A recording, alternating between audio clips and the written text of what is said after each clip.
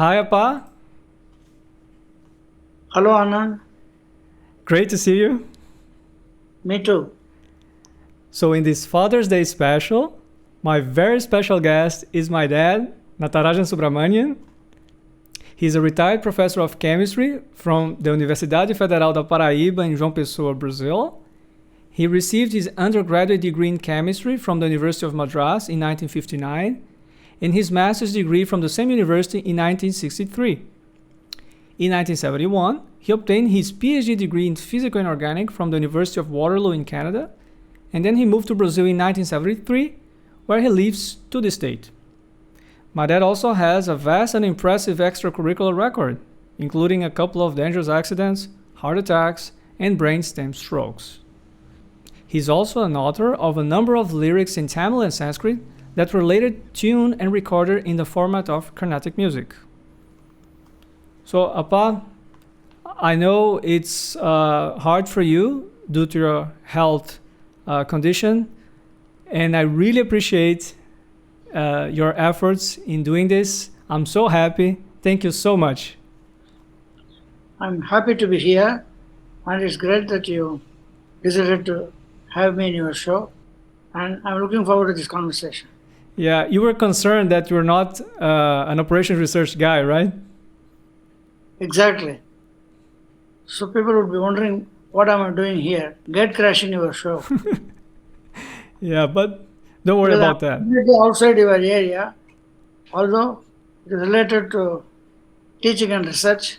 It's an area in pure science, chemistry to be exact, and I've been an academic all these years, and maybe that is partially justifies my presence here. Yeah, don't worry about that. It's perfectly fine. So, Appa, you were born in July 19th, 1940, during the Second World War and also during the British regime in India. You were born in Madras, which is known as Chennai now.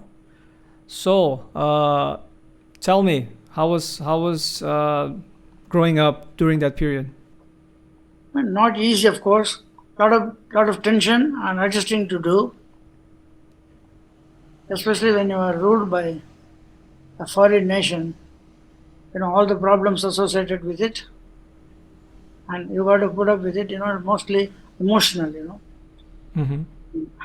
You have to obey all the British laws, and There were also some warning for you to turn off the lights at night, right, in the early 40s? because of the German bombing, like happened in London, uh, we had instructions to use only necessary lights in the house in the nights, and if any light is on, you have to take care to cover it with a brown paper or a newspaper so that it won't show outside.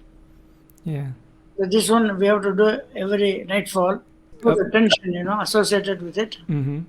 Also to think that we are personally not India was not involved in the war directly, since we were British subjects, and Britain was with war with Germany.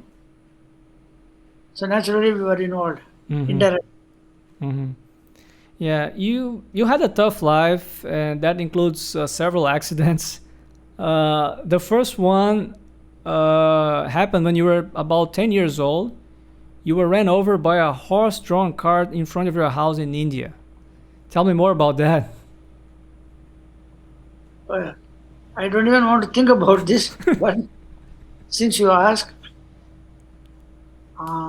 there was no playground or park near our house.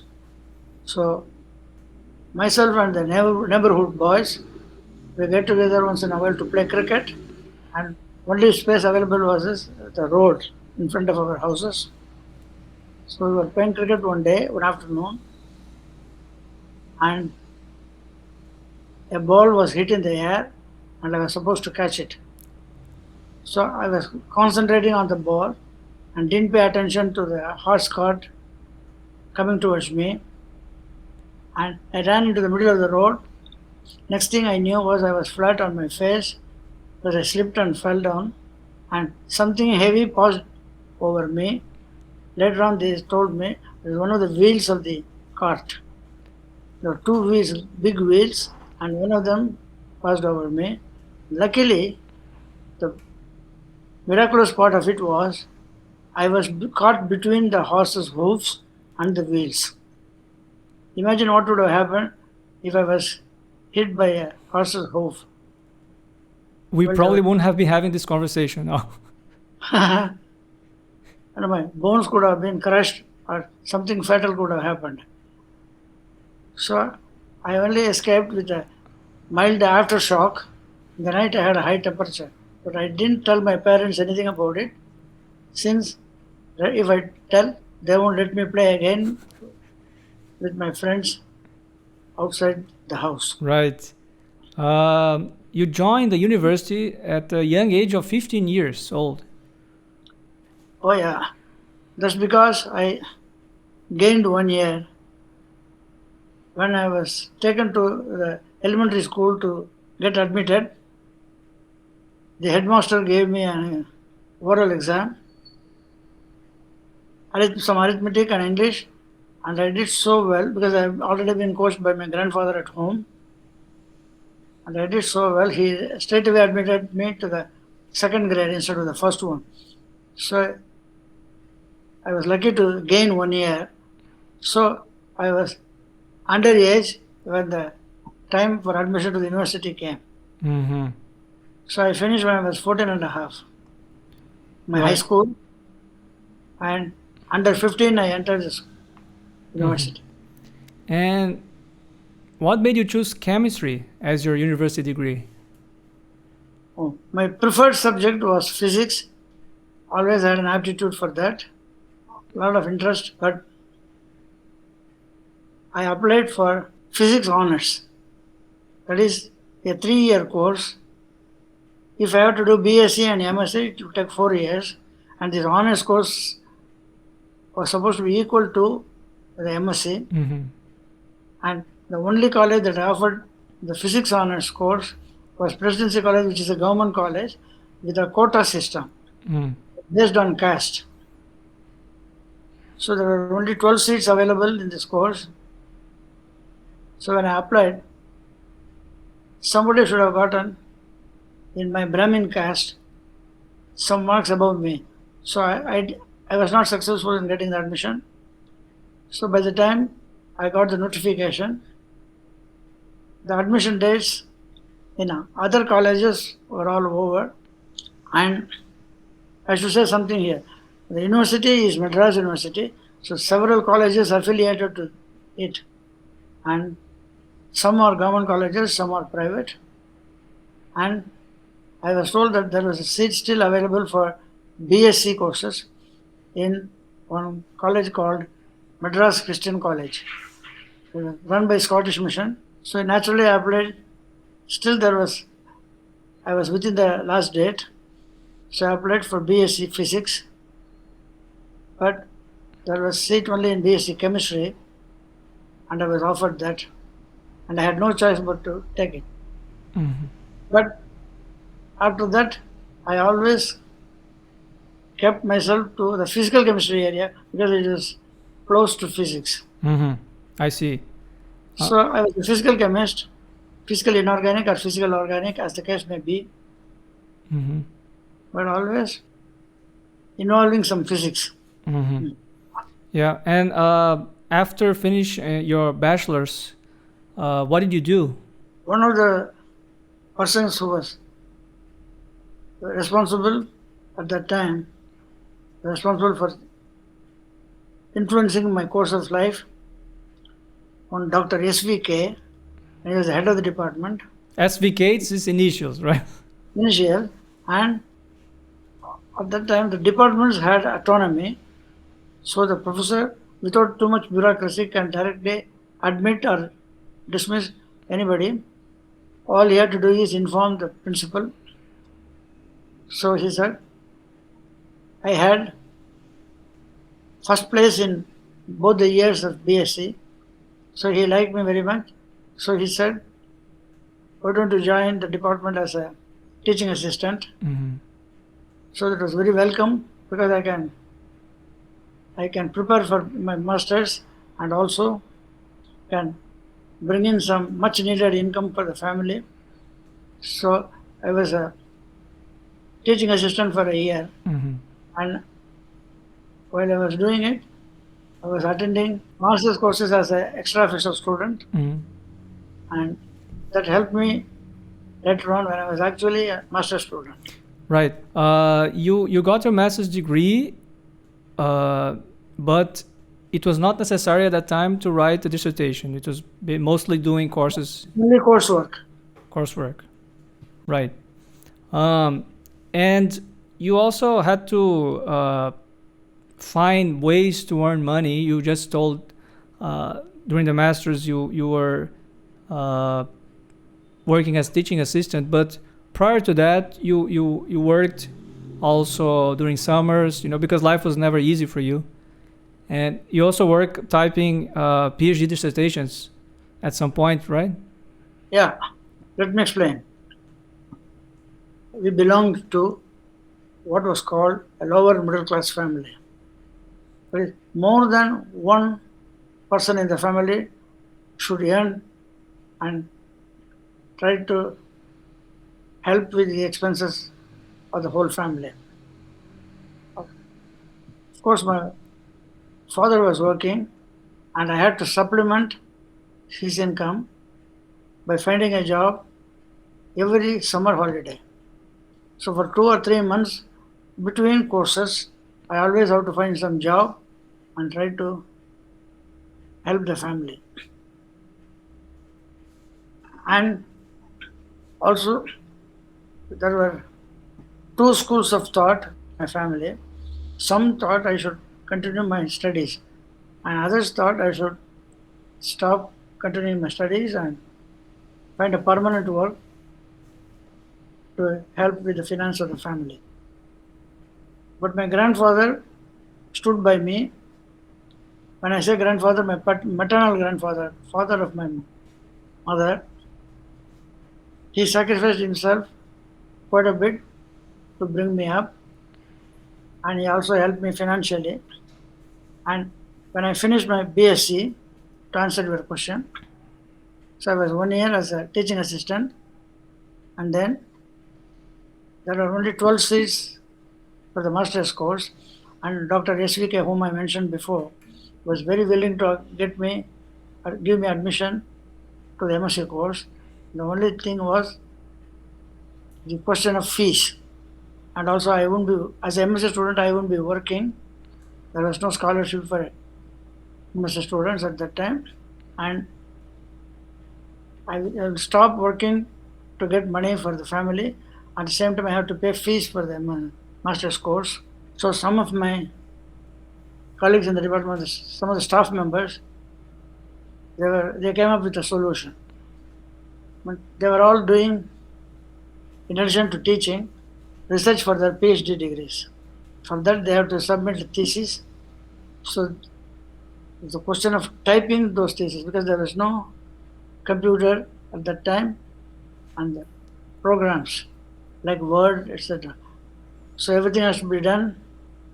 He will write the manuscript by hand, and I have to type the whole thing by a conventional typewriter like a Remington or an Underwood, and 6 copies of the dissertation have to be submitted for the examiners. And they came up with a proposal that I will type their thesis and they would pay the fees for my master's program. That worked out very nicely for me, so I accepted the proposal. And to type 6 copies of the thesis manually was very, very tiresome, and I had to do it with no choice. I have to introduce 6 sheets of paper, and in between sheets carbon paper, and the problem was if I make a single mistake, I have to rub out all the 6, the error in all the 6 copies, and not to leave any smudge or anything in the other copies. I have to introduce a cardboard piece of paper and very carefully rub out the mistakes. Also all the tables references. Each thesis had about 150 to 200 references, and anybody who had prepared bibliography for thesis work knows there's so many punctuation marks and all that brackets, full stop, comma, semicolon, etc. So it's a very laborious, tiresome affair.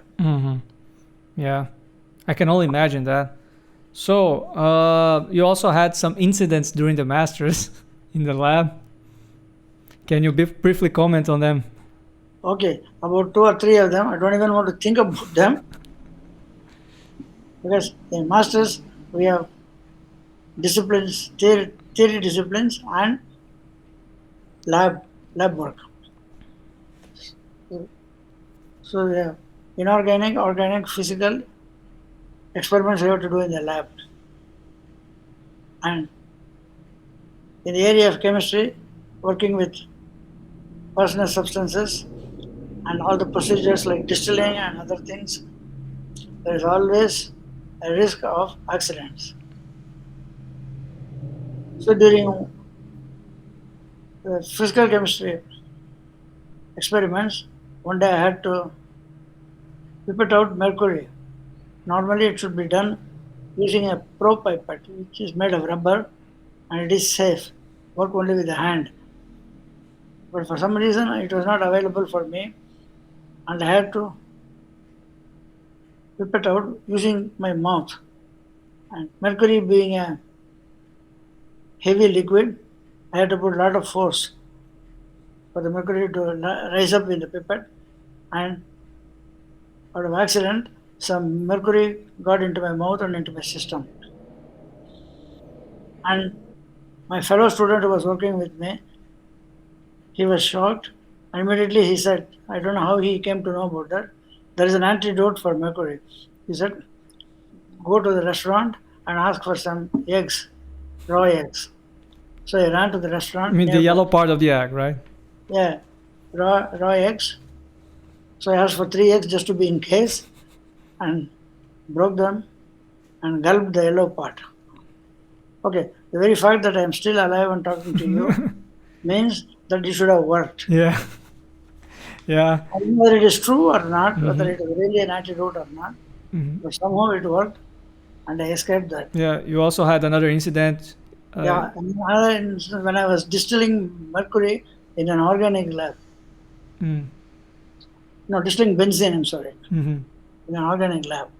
Benzene is a inflammable liquid like gasoline, boiling point 80 degrees, compared with 100 degrees of water. And when I was distilling, it is much safer to use an electric mantle, but we were given only a Bunsen burner with a naked flame. And when I was heating the flask, some liquid should have escaped, the vapor of some liquid should have escaped through the neck of the flask. And it came into contact with the flame and caught fire. So there was a sheet of fire in front of me, between myself and the bench. And instinctively I put my right arm, and my whole arm till elbow was burnt. All the hair gone and the whole arm turned red.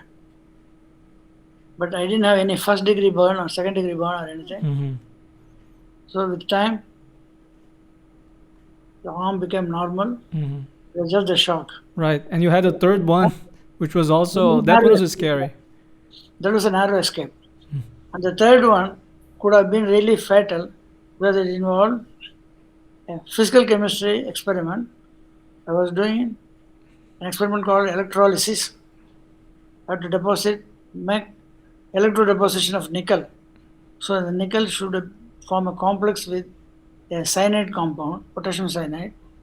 So the nickel solution, potassium cyanide, everything was in an open beaker, and I was heating it once again with an open flame.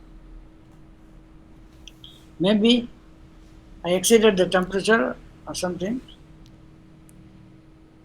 Suddenly the room was full of cyanide fumes, Cyanide is much more poisonous than carbon monoxide because it interferes with hemoglobin in the blood and blocks the oxygen consumption Mm-hmm. in the blood circulation. And that room had only one window and one door. The window was closed and the door open. So the fumes all over my head. Suddenly, somehow I had a presence of mind to put off the flame, open the window, and rushed out of the room. Mm-hmm. That's how I escaped that accident also. Yeah. Well, these are all very impressive stories, and I'm really glad you survived all of them. So, you spent the next 3 years after finishing your master's as a lecturer at the University of Madras, Yes, right? And you already had in mind that you wanted to do a PhD abroad. just a second. I was a teaching assistant only, and after I finished my MSc, Dr. SVK again offered a lecturer's job, assistant lecturer, Mm-hmm. same department. So I gladly accepted it. 3 years I was a lecturer in the chemistry department, and he gave me also an opportunity to teach different areas of chemistry. So that because at that time I was planning to go abroad, and he thought it would be stand me in good stead to have experience in all the areas of chemistry. So when I go for higher studies for my doctorate, I would be well prepared. That's Yeah. what happened. Yeah. So you sent applications. You wrote some letters to American and Canadian universities. Oh yeah, and luckily I got the admission letters from 4 US universities. At which time my cousin happened to be one Dr. Krishnan. He happened to be in visiting Madras, and he was actually living in Toronto, Canada. And he said he's a good friend of one Dr. H.D. Sharma in University of Waterloo. He was looking for PhD students to supervise. So he came to know about it, and he suggested that I should write to him, and not to the chemistry department of University of Waterloo, but to straight write to him personally, and he would put in a word for me, which he did. And after I wrote to Dr. Sharma, within a few days, I got a handwritten letter from him accepting me as a student Wow. and also offering me research scholarship from his funds. Mm-hmm. So only thing I had to arrange for plane trip to pay for the plane trip to Canada. Mm-hmm. That was the only hurdle. Right. And I got in touch with a travel agent in Canada. So they accepted to send me the ticket, provided I would pay them in installments once I arrived in Canada. Mm-hmm. So I got the ticket, went to Ontario, Canada, and joined the University of Waterloo Right. and started the PhD program. Yeah. Before you left to Canada, you met mom in the university, right? She came there one day by chance, and you guys met. And then, of course, you met again in Canada and got married and so on. But I think it's nice to mention that. Okay, I'll tell you about it. One day when I was a lab assistant in chemistry department, I was talking to some students at the end of a corridor. At the other end, one lady showed up with an elderly gentleman. That turned out to be her father. Then they came to talk to Dr. SVK because this lady was preparing, she has finished her master's in the Presidency College in chemistry, and she was planning to go abroad for PhD. And her father happened to be a close friend of Dr. SVK, so she brought his daughter to be introduced to him and find out whether he will give her some job or something till the time she leaves for higher studies. And of course, Dr. SVK, being a very, very kind man, prone to help each and everybody. So he took her in as a teaching assistant. And that is how I met my future wife. Yeah.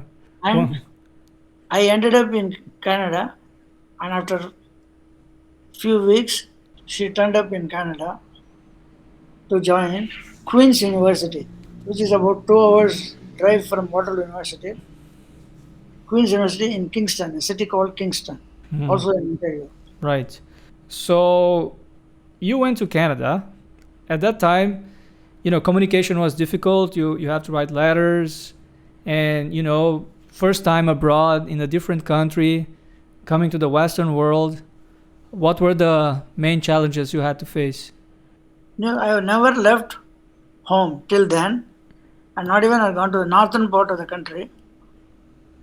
So it was very difficult for me to leave home and start life in a very far off land.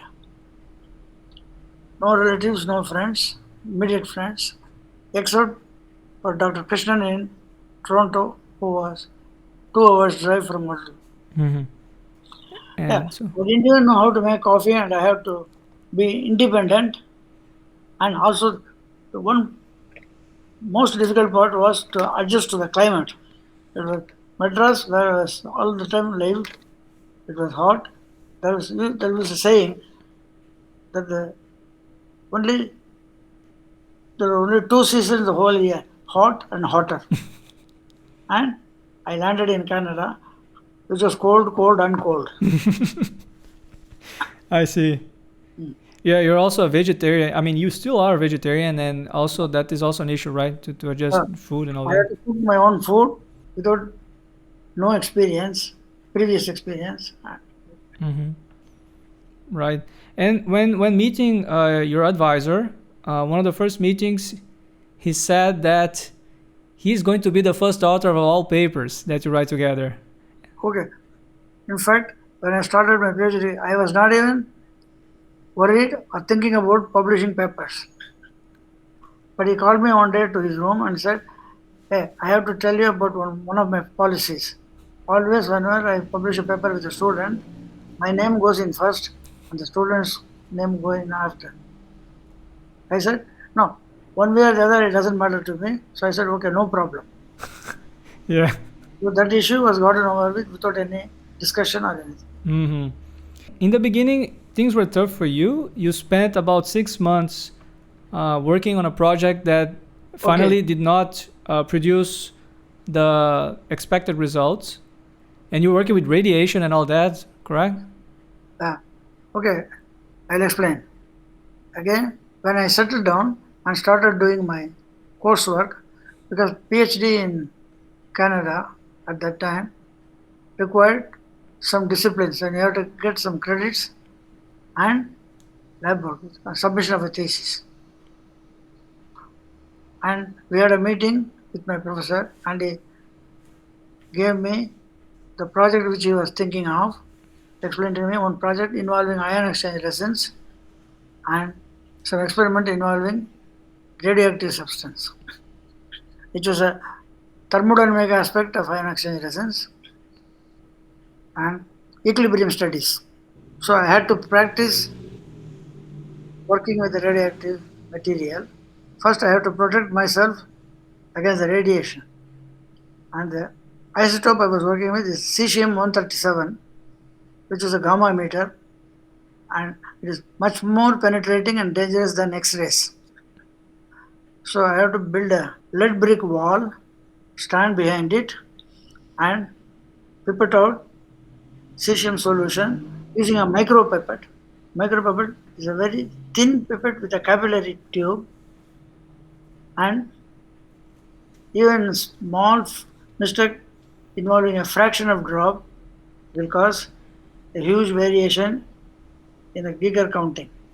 So I have to practice that first before I can start my experimental work, which I did, and I got the ion exchange samples, started my work, and spent about 6 months. When we collected the data, we found that the variation in the experimental work was almost the same order of experimental error.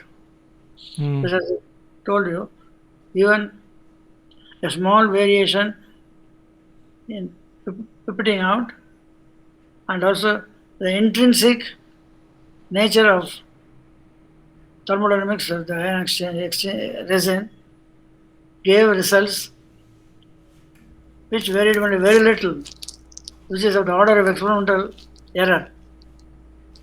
So there's no point in continuing that problem anymore. So it proved out to be inviable. So I had to stop the project and look for something else, but also involving ion exchange resins.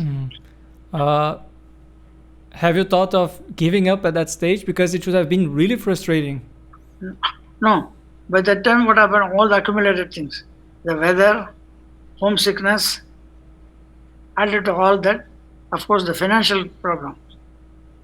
But when I came to Canada, I had to borrow, as I said, from a travel agent, which I committed to pay back in installments.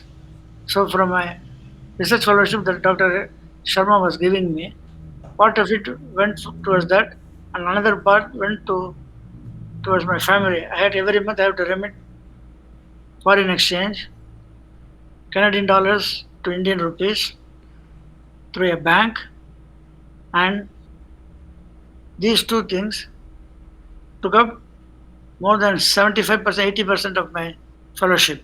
This fellowship was subject to income tax, so a part of it was gone to the government of Canada. And with the remaining, I had to eat, live, and buy my clothes and other expenses throughout the month. So when the end of the month came, I was left only with less than $1. In fact, in 1 month, I was only with exactly 1/4 in my pocket. It was 25 cents. So I couldn't take it anymore, and the research was not also going well. So I decided to quit. So I went to Dr. Sharma, knocked on his door and entered. One look at my face, he said, What is happening, Mani? So I forgot to mention before, my nickname is Mani. Comes from the middle part of Subramanian, full name. Yeah. Subramanian is a mouthful. So everybody used to call me Manny at the time in Canada. They cannot even say money. Yeah. And money is M-O-N-E-Y with another meaning. Yeah, I know. And by the way, there's a convention from the place you came from that you put first either the location or your father's name first, and then your name. So Natarajan Subramanian, in your case, Natarajan is the name of your father. Yeah. And Subramanian is your actual name. Surname, given name, or family name. Yeah. So this surname is always the given name. Yeah. It is the name of the person proper. Preceded by the place where he was born or the father's name. So Natarajan, in fact, is my father's name. And my actual name was Subramanian with the nickname Mani. Right. So you were there talking to your advisor about quitting. I explained to him everything. And in fact, dramatically, I showed the quarters from my pocket. I said, well, I left to manage till the end of the month. So I have no choice but to quit. And he understood, but he was very nice about it. Instead of, he used psychology. Instead of persuading me, oh, don't go, no, it won't work. So what he said, he also took out dramatically his wallet from the pant pocket, extended it to me, said, take what you want. I was shocked. I opened the wallet full of Canadian dollars, but of course I didn't take any. Thanked him and gave it back. But it psychologically affected me very much. Mm-hmm. The guy is so nice. He brought me from India, gave me this fellowship and all that, gave me a project to work. And I cannot treat him like this by quitting, Mm-hmm. It's not morally or otherwise correct. Mm-hmm.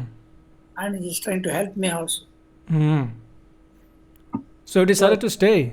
It shocked me, and I said I'll think about it and left the room. Mm. And then I slept over it for a few days, and I wrote to my people back home. I have decided to come back, but I was very ashamed, even to go back and face my family, Mm-hmm. friends. So I thought over it for a few days, and decided to stay. Mm-hmm. What may.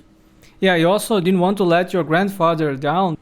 Of all the people I would have hesitated to face back home was my grandfather. So I thought about him, and that was the last straw. Right. At some point, you have to do part of your research in Toronto because you didn't have proper equipment there in Waterloo, right? Yeah. Okay, you reminded me correctly. So when the first project didn't work, I locked myself up in the library and started doing a literature survey to see if I can find some other project involving ion exchange resins. Because at that time I had already acquired quite a huge amount of these resins from Dow Chemicals. I have to thank them for providing me with the samples. They were the ones who were manufacturing these ion exchange resins I was interested, and so naturally I started hunting for another topic. But I found one, and this involved using a nuclear magnetic resonance apparatus, NMR, nuclear magnetic resonance abbreviated as NMR. These days they is used in medical research, medical treatment also, diagnostic treatment. And there was one NMR machine available in the chemistry department of University of Waterloo, but that was only 60 megahertz. Let me explain. We have to prepare the ion exchange sample, put it between magnet poles, and the nucleus of the element has the energy split into two levels, and the transition between the levels occurs when an electromagnetic radiation passes through the sample, and the frequency range of this electromagnetic radiation is in the infrared region 60 megahertz, etc. But the machine available for 60 megahertz in University of Waterloo, and when I take the spectra of the sample, it will give me two peaks or two water peaks, one outside the resin and one inside the resin. And the difference between the two peaks is my data point, and it depends on the power of the magnet and the splitting of the energy levels and the absorption frequency of the electromagnetic radiation. For accuracy, greater the difference in the two peaks is better. That I can achieve by using a higher powered machine. And if I use 100 megahertz instead of 60 megahertz, the peaks will be separated more and the experimental error will be less and the data points are more confiable. And I had a very great luck in this sense. I had a very good friend by name of Shaker who was working in a research firm in Toronto which had this machine. So I talked to him and he consulted his director and got permission for me to use that machine during nights and weekends. So I used to prepare these samples during the week, drive to Toronto about 2 hours drive, and take the spectra during nights. I used to start after dinner, perhaps about 7 o'clock or 8 o'clock, and whole night till 3 o'clock or 4 o'clock in the morning, non-stop, Wow. would be taking the spectra. And since I could not be alone, because I don't belong to the firm, the director suggested that somebody should accompany me during the time I am alone in the nights and weekends. Mm-hmm. So Shekhar readily accepted to sacrifice himself, and he was with me. We brought in a cushion, lied down near the machine while I was taking Working. the paper. Wow. Of course, with some coffee in the flask. Yeah. And then you're still in touch with him to this date, and he's such a nice friend. He's a very, very good friend of me, and we stay in touch. Yeah. There was a point that things improved. You got another type of grant, and your financial situation got stable, right?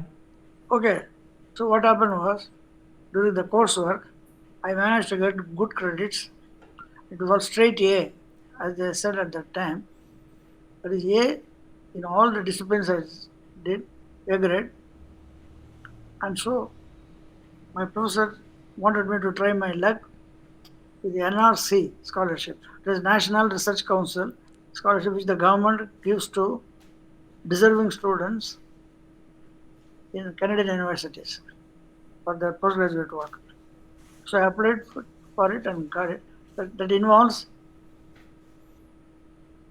higher amount with no tax. The important thing is it is tax free. Mm-hmm. So that really helped me financially. Mm-hmm. And also I was finishing up the loans Good. for the ticket Yes. Right. for the travel agent. Mm-hmm. So generally things helped. And this research was also going. The new one I started, new project was giving good results. That also helped. You published a number of papers out of your work, right? Yeah, I managed to get 5 papers, 3 in the Canadian Journal of Chemistry and 2 in analytical chemistry. Mm-hmm. Yeah, I came across almost all of these papers. They're available. And I could see that some of them are still cited. They receive citations from other papers that came out a few years ago. So it still shows the impact of your work. I might mention that the Xenophobic studies of ion exchange is kind of pioneering work, but not much work was done before that, because the ion exchange resin is a solid, so I made a suspension of it in water, and normally the samples are all liquid. So people even were skeptical whether this suspension would give sharp peaks. I could obtain sharp peaks so that I can measure the difference between the free water and the water in the Right. ion exchange resin. So the project worked. Excellent. It was kind of pioneering work. Right. To get an NMR spectra of suspension. Mm-hmm. So you started your work in 1966 and you completed in 1971.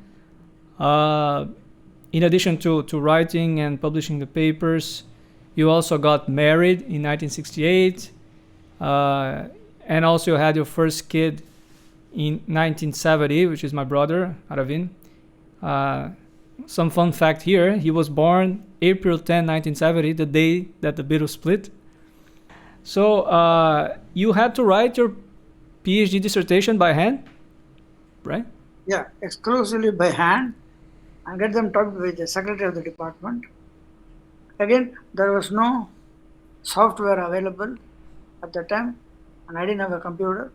And the tables, the bibliography, everything had to be done by hand, typewritten by hand. It is an experience. Yeah.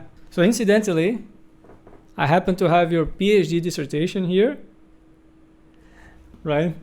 And when I was growing up, I used to see, right, your thesis there on the shelf.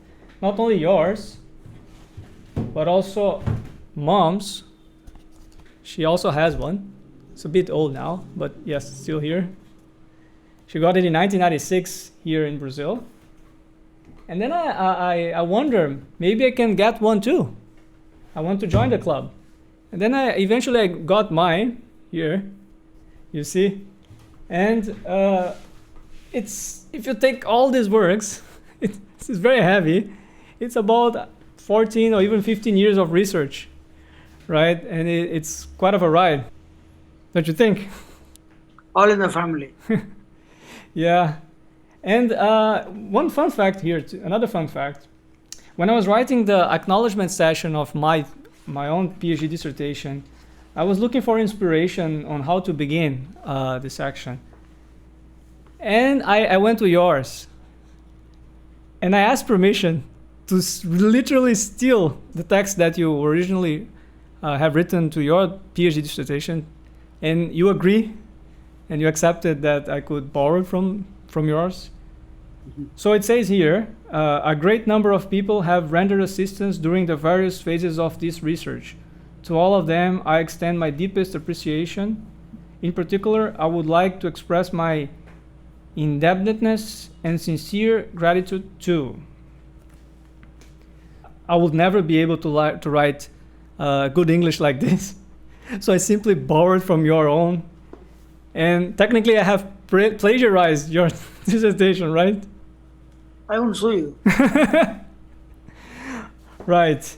On a side note, I must say that you also helped me to write my first papers, especially when it comes to writing technical English. So I think some of my style is literally inherited from yours. And I thank you for that and for inspiring me and helping me in writing scientific documents and papers. Okay.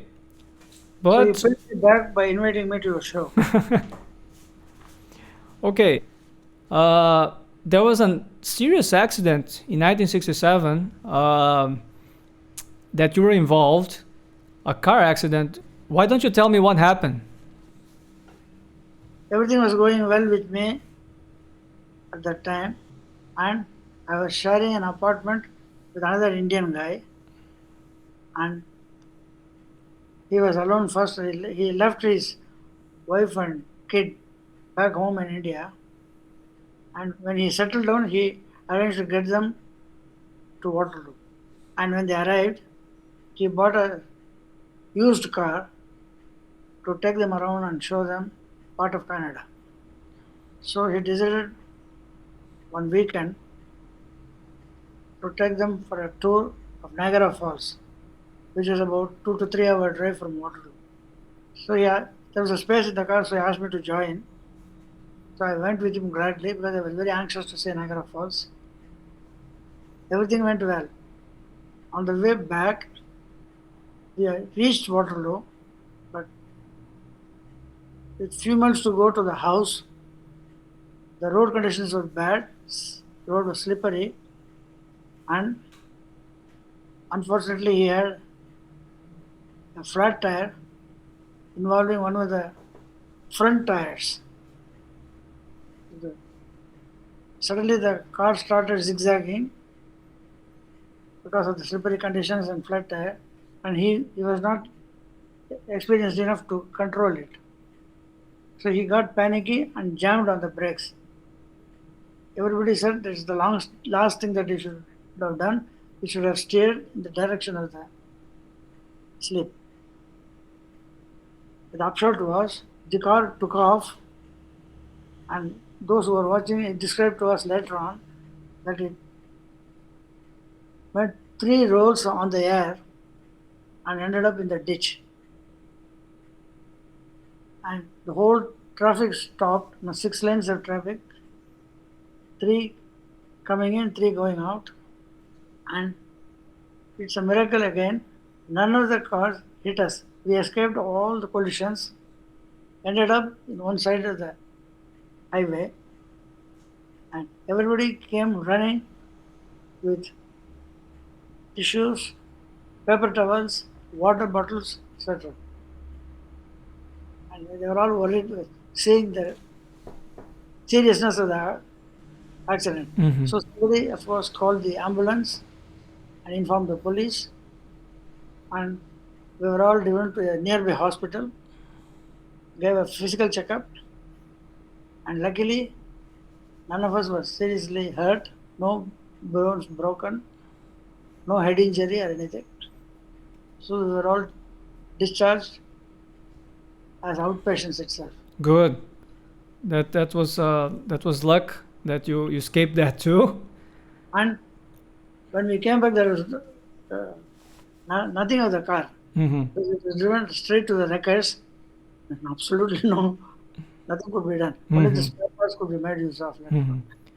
And we picked up glass pieces of the windows and all that from inside the socks. Wow. And the little fellow, the son of my friend, who was the driver, he escaped. He fell under the seat and nothing happened to him. It was a great thing. Yeah. So after finishing your PhD, what did you do? Okay, that's a good question. So it's a good thing I finished my PhD, which was the mission I came to accomplish in Canada. Then logically, after finishing my degree, I started looking for jobs. It so happened that the economic condition was very bad in the early 1970s throughout North America, especially in Canada and US. And people were not even called for interviews when they applied for jobs. So there was absolutely no vacancy available anywhere. After trying for some time, I was forced to apply for unemployment insurance, which they call dole, derogatory. So for a few months, I was receiving unemployment benefit to sustain my family. Now I had a kid also, your brother Arvind, and myself and mother. And her mom stepped in.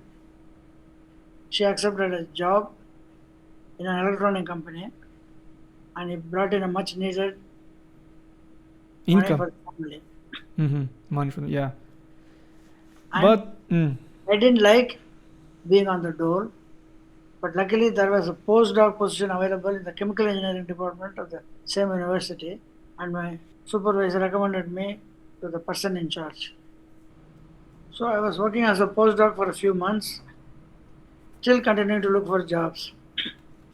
Things didn't improve in Canada, so my friend suggested that I should look for a job outside Canada.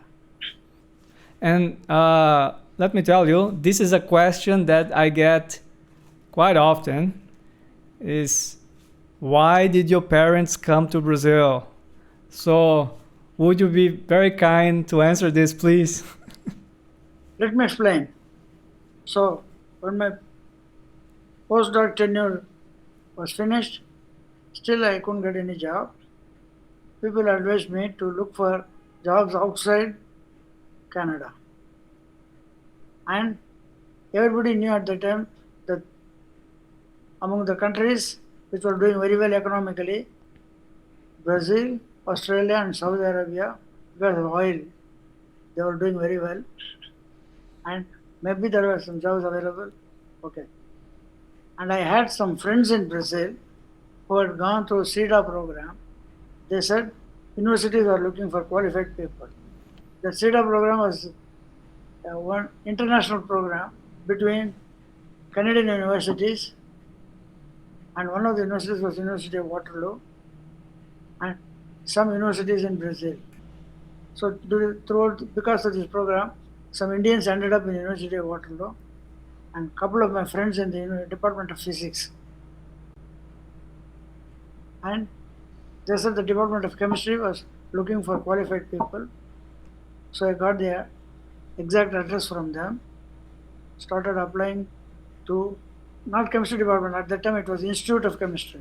So Institute of Chemistry of University of Federal da Paraíba.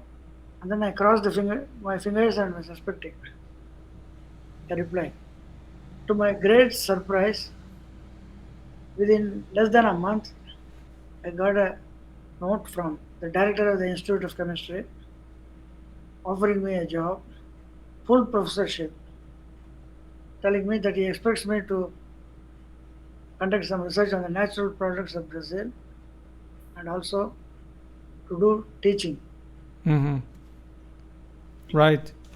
And then qualify the staff better. So you moved to Brazil in 1973. You actually landed in Belém do Pará for the first time. Mm-hmm. I know you brought some electronic equipments with you, a typewriter and so on. They all confiscated, right? But later on, you managed to recover them. And then after a stop in Belém, you came to João Pessoa.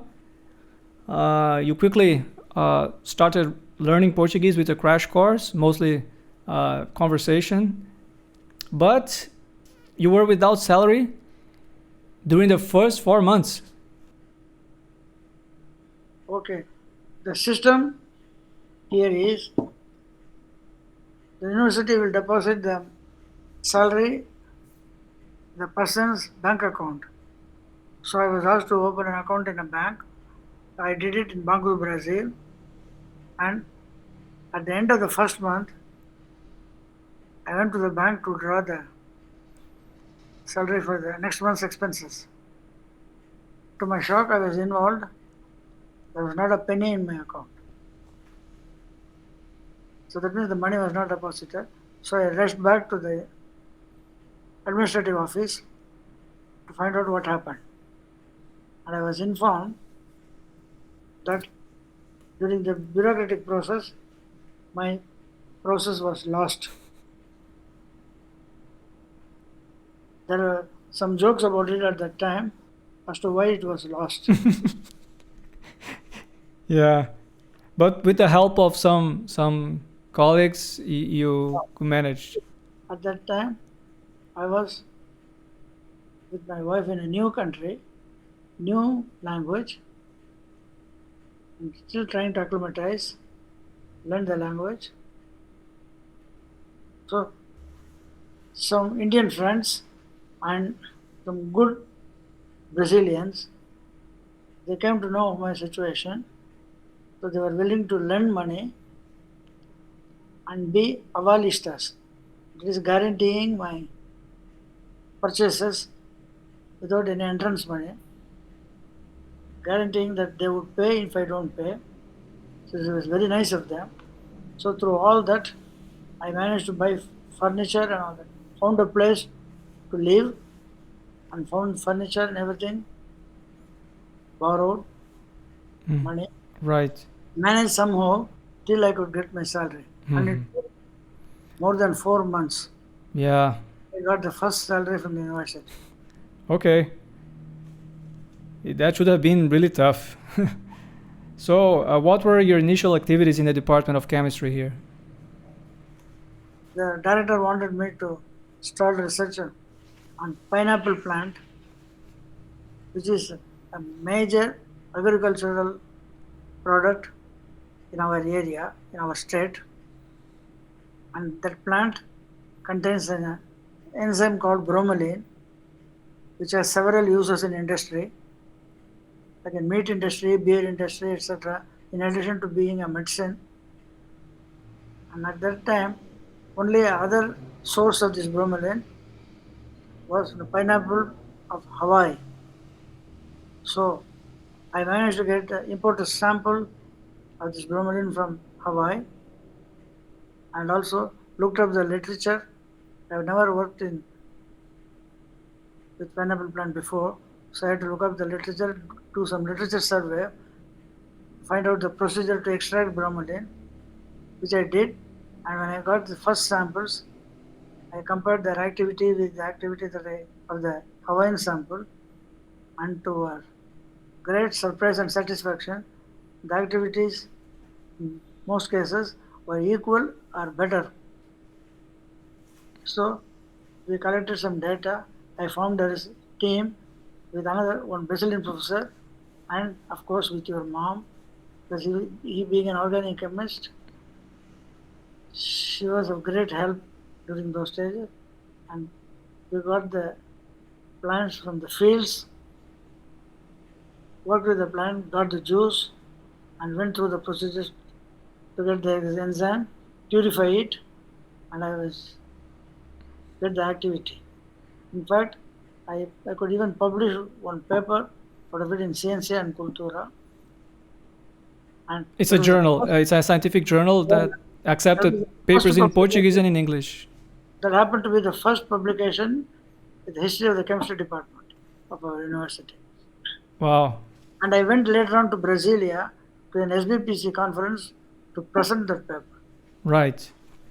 That's very impressive.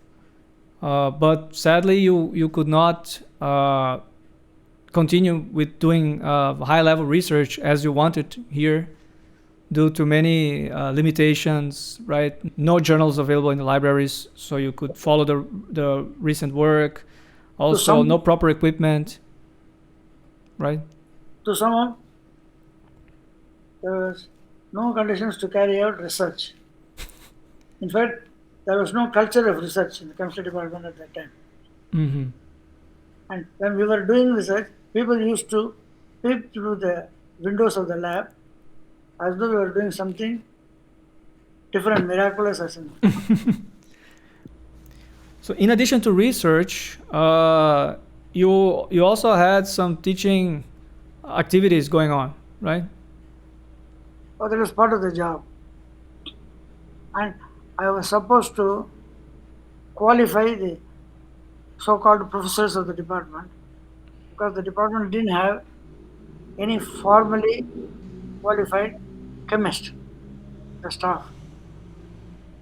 The people who were there were all qualified in other areas like pharmacy, mainly pharmacy, and no chemistry graduate, undergraduate even. So I was supposed to give classes first to increase the level of these people. Mm-hmm. So it's made two new programs. One is called specialization in chemistry and upper fulfillment. Upper fulfillment is betterment, Mm-hmm. betterment of the level. Mm-hmm. So I made program and starting from number of credits and all the details. Mm-hmm. Right.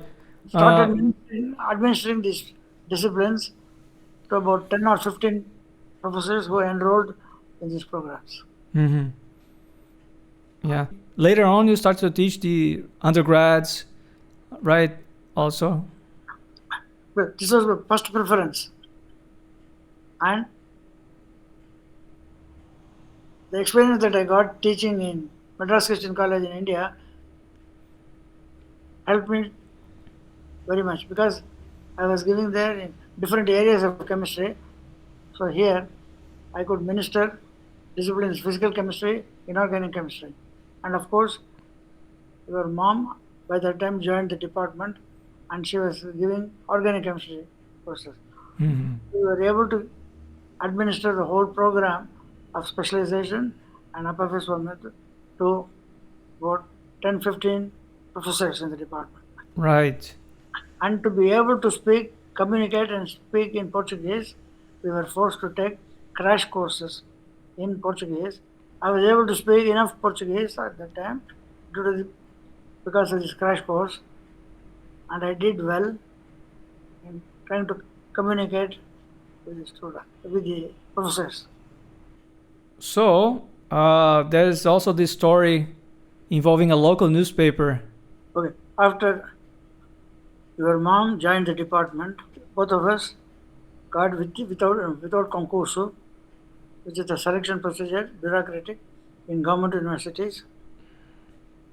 We were also getting reasonably good salary, but I was a full professor, and Amma joined as an adjunct professor. And somebody leaked these facts from the administrative office to a reporter in the local newspaper.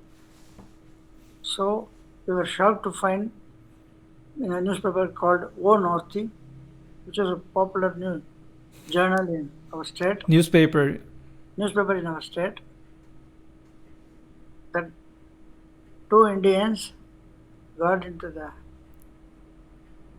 our university without concurso and with very good salary, and they even mentioned the salary exactly, and taking in effect two positions from Brazilian citizens. Wow. It has a xenophobic flavor.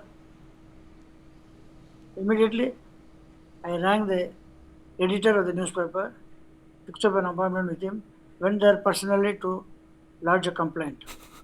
But all to no effect because the damage was already done. Mm-hmm. Wow. Yeah, and soon after that, This experience, bad taste in the mouth. yeah, and soon after that, in 1975, you had your first heart attack, Yeah, that's true. right? And how was it? Accumulated strain of the past years, doing PhD in Waterloo, not getting a job, unemployment insurance, doing postdoc, and applying for jobs everywhere, coming to Brazil, learning a new language, and new responsibilities in the new department. Everything accumulated and affected my health. And one fine morning when I was walking the corridor of the department, I had the symptoms of a heart attack. I had already read about it because my father died of heart attack. So I made it a point to know something about it. So this pain in the chest and the left arm going numb, etc. So I knew I was in trouble. To talk to my colleagues and found out what I should do.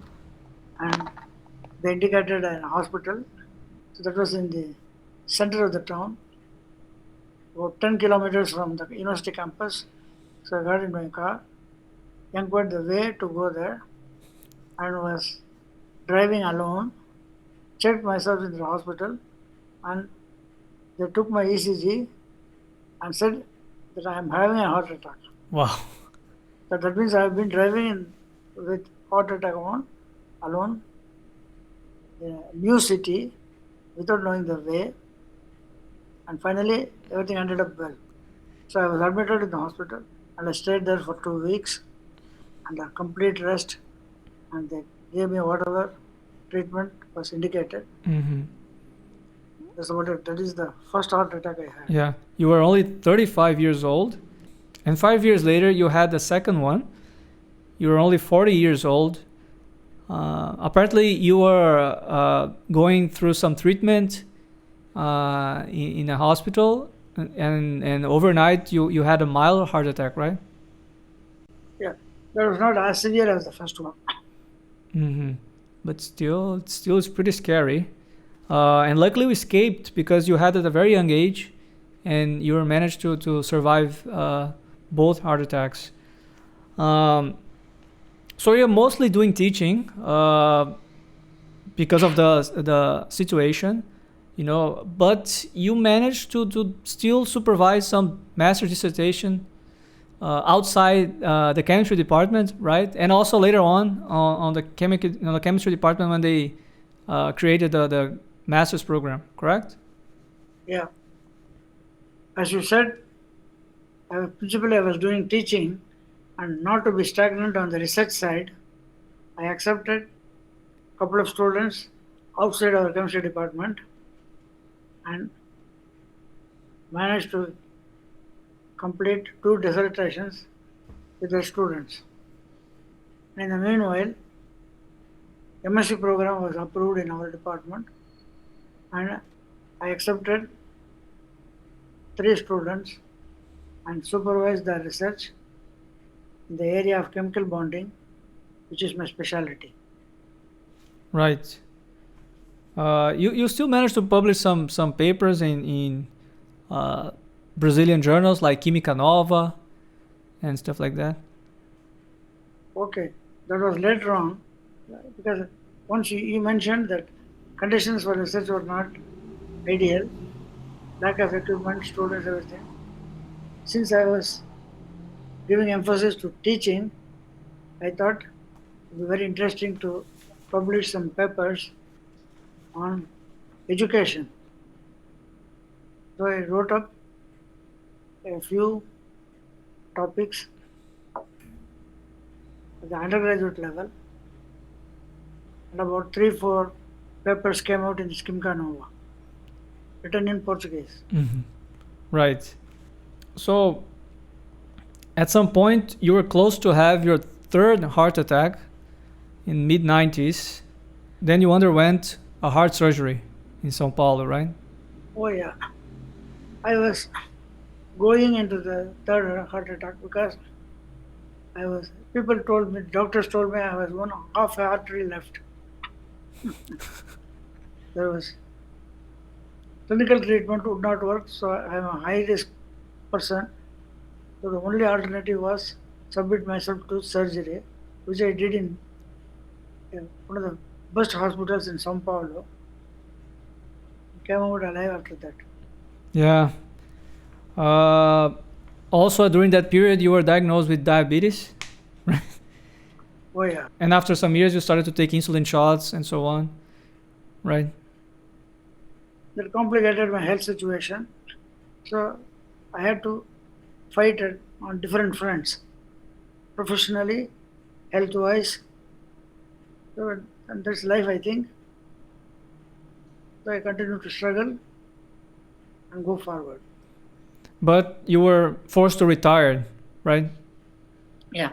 After my heart surgery, I came back and joined the department. And the medical commission of the university evaluated my case and told me it is better for me to retire since I didn't have conditions to continue. Yeah. Which I did. Right. After retiring, you quickly found a very nice hobby. You started writing lyrics for classical Indian music or Carnatic music. Tell me more about that. Yeah. I was surprised myself that I had this extra talent, which I myself didn't realize till after retirement. I had a lot of time on my hands, so I tried writing first lyrics for a couple of very popular songs in Carnatic music, and to that famous tune, and send them to my friends and relatives in India. And the reception was very good, and it encouraged me to continue writing. So within a short time, I filled 3 full notebooks with about 300 lyrics. I had a burst of creativity. I don't know it came from where. And I was bold enough to send it to some musicians in India, some musician friends I had. And they looked at it. They were excited. They said they will tune and record these lyrics, which they did. Right? Yeah. There's even, this is the first one, right? She is a famous singer in Madras at that time, and she sang few of my songs and recorded 2 or 3 albums. Yeah. Other artists also sang some of your songs that were tuned by the Other musicians artists there. also took up these lyrics, and I was slowly becoming famous in the music circles in India. And what was your artistic name? And they wanted me to select a name, and I chose Brazil Subramanian. So Brazil being the place I live, and Subramanian being my actual name. So I was known as Brazil Subramanian later on. Yeah. So I think it's worth mentioning that you became a Brazilian citizen in the early 90s. And it makes a lot of sense to call yourself Brazil Subramanian, right? Oh yeah. Yeah. Yeah, so you travel to India almost every year after retirement to attend the concerts. And I was a big fan of South Indian classical music. I was introduced to that by my father ever since I was 10 years old. I was taken to concerts during festival seasons. And as years went by, my interest only grew up. Maybe that is why I started writing lyrics also in this classical form of music. right. One of these visits, you had a a health problem. You had an ulcer, right? Okay. Which you escaped again. And I developed symptoms of a stomach ulcer, bleeding ulcer.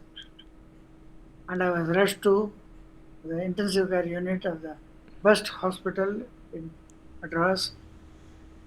And I was given proper treatment without surgery. It's important to mention. So, it being the best hospital, they were able to give me the latest available treatment. And when I came back to Brazil, even the doctors in Brazil were astonished that the sophisticated treatment was available in India at that time. Right. So I was in the hospital for 2 weeks, then discharged.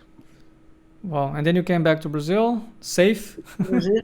And when I came back to Brazil, when my local doctor in Brazil looked at the report, he was truly astonished that this kind of treatment is available at that time in Madras. Mhm. And only place they had this kind of treatment only in Recife, and João Pessoa didn't have this. So, in fact, it's a good thing I was in India when this thing happened and not in João Pessoa. Yeah. Yeah. But after a while, around 2014, you had a stroke in Canada when you were visiting Aravind, my brother. But It was a mild one and went undetected. yes. But then you had a second one, which was really serious and with many consequences. It affected your balance, your left side of your body, including your arm, hand, leg, foot. Also, it affected your vision. You spent a lot of time in the wheelchair until you were able to start walking again with some help. You still have the problem of double vision, and not to mention all the other problems like the heart problem, blood pressure, diabetes. You're even born deaf from the right ear, but you still manage to stay strong and to fight, and with all this willpower and most importantly sense of humor. And I'm really impressed, and I keep wondering and asking myself, how do you do that? Look, growing up in India at that time, before and after British regime, and the local politics which got worse after the British left, and overpopulation and competition everywhere, especially in education and job. At that time, one has to keep running to stay still. It is always tough, and one gets resilience built into a system automatically. Just to survive, you've got to develop resilience and keep fighting. And on top of it, I have to remember with gratitude the contribution of my grandfather, who set me an example by his own life, and he turned out to be a mentor and role model. So his attitude is to never say die and work hard under any circumstances and keep forward. I learned quite a lot of things from him, which helped me at the difficult moments. Right. Okay? So this experience in India, plus the contribution from my grandfather, helped me to fight off the incidents that happened in my life. And I think that I answered your question. Yeah, absolutely. Yeah, and I also have the photo of your grandfather here. Yeah, this is a framed photo of him. I took him to a studio and got this photo taken before I left for Canada. And I always carry this photo wherever I go. Yeah. And it is in your study, giving you inspiration. Yeah, certainly. Yeah, yeah. He is Uh, now, but from wherever he is looking down on us. I mean, giving us his blessings and inspiration. yeah, definitely. Uh, so, Apa, I would like to thank you very much for doing this. You're certainly an inspiration, not only to me, but also to my brother. We owe you a lot, for sure. And everything you've been doing recently, to keep it up and to stay alive, you know, and all your interest in other topics such as philosophy, physics, and you know how you keep yourself occupied mentally. It's really really incredible. So thank you so much, and once again, happy Father's Day. Thank you for your kind words. And once again, it was my pleasure to participate in your show. And incidentally, I heard that your show is going very well, and you have already interviewed more than 20 guests from Operation Research. And whatever I did for you and your brother, it was my duty. There's nothing special about it. And I'm happy that I was able to do it. And incidentally, where is my present for Father's Day? We'll discuss about that later. Bye. No. Ciao. Bye. Bye.